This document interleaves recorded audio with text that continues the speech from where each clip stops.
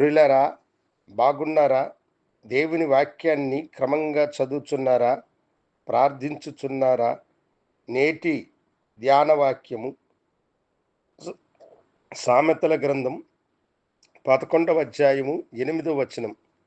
నీతిమంతుడు బాధ నుండి తప్పింపబడును.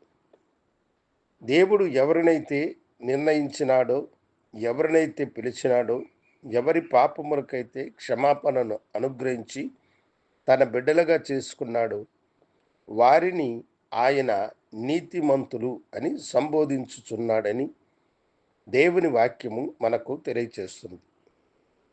నీతిమంతులకు బాధలు కష్టాలను కలిగినప్పుడు దేవుడు వారి పక్షమున ఉండి బాధ నుండి వారిని ఆయన తప్పించేటువంటి వాడు.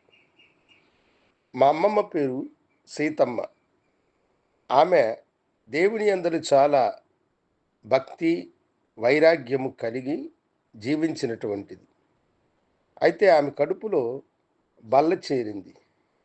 ఆ బల్లను పరిశీలించిన డాక్టర్లు అది గనుక ఆపరేషన్ చేస్తే ప్రాణానికి అపాయము కలుగుతుంది కనుక అది ఉండడం వల్ల మీకేమీ ఇబ్బంది లేదు అని వారు చెప్పారు. ఆమె సరే అని దాన్ని వదిలేసింది. అయితే ఆ బల్ల ఉండడం ద్వారా ఆమె కడుపు కాస్త పెద్దదిగా కనిపించేటువంటిది.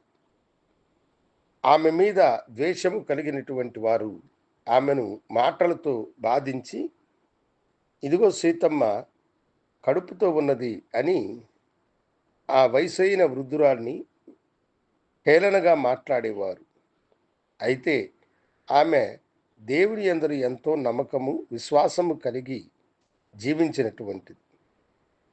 ఒకసారి అప్పుడు సంఘములో ఒక దైవజనుని పట్ల సంఘము చిన్నచూపు చూసిందని ఆమె గ్రహించి, దైవజనునికి అందరూ స్త్రీలు చందాలను వేసుకొని వారికి నూతనమైన వస్త్రాలను తీసించి ఒక విందు భోజనం పెట్టి ఆరాధనను సంఘ ఆవరణంలో ఏర్పాటు చేసినారు. ఆరాధన జరిగిన తర్వాత విందు జరుగుతూ ఉంటే ఆమె తన స్నేహితురాలతో కూడా భోజనము చేస్తూ ఉండగా తన స్నేహితురాలను చూసి ఆమె నా కడుపు నిండినది అని ఆమెతో చెప్పింది. సరే అని ఆమె చెప్పినప్పుడు ఈమె వెళ్ళిపోయి ఆ రాత్రి చక్కగా నిద్రించి ఉదయమున లేచినప్పుడు ఆమె కడుపులో ఉన్న బల్ల మట్టుమాయమై మామూలు కడుపుగా ఆమె కడుపు మారిపోయింది. అందరికీ అది చాలా ఆశ్చర్యమైపోయినది. అనేక సంవత్సరాలుగా ఆమె కడుపులో ఉన్న ఆ గడ్డ, ఆ బల్ల ఎట్లా కరిగినది అని. ఆమెను పరిహాసం చేసిన వారందరూ సిగ్గుపడినట్లుగా దేవుడు ఒక అద్భుతమును చేసినాడు.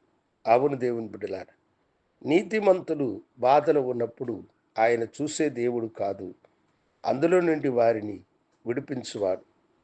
ఈ ఉదయకాలము నీవు ఏ బాధతో ఉన్నావు, ఏ వేదనతో ఉన్నావు, ఏ సమస్యతో ఉన్నావు, దేవుడు నీ బాధ నుండి నిన్ను విడిపించడానికి నీ సమీపంలోనే ఆయన ఉన్నాడు. విశ్వాసంతో దేవుణ్ణి వెతుకు, ఆయన నీ బాధను తొలగించును. ప్రార్థించుకుందాం. గనుడా, నీ వైపు చూసి మొరపెట్టే నీ బిడ్డల బాధలో నుండి వారిని విడిపించి ఆశీర్వదించుమని యేసు నామమున అడిగి వేడుకొంచున్నాము తండ్రి. ఆమెన్. శుభోదయం.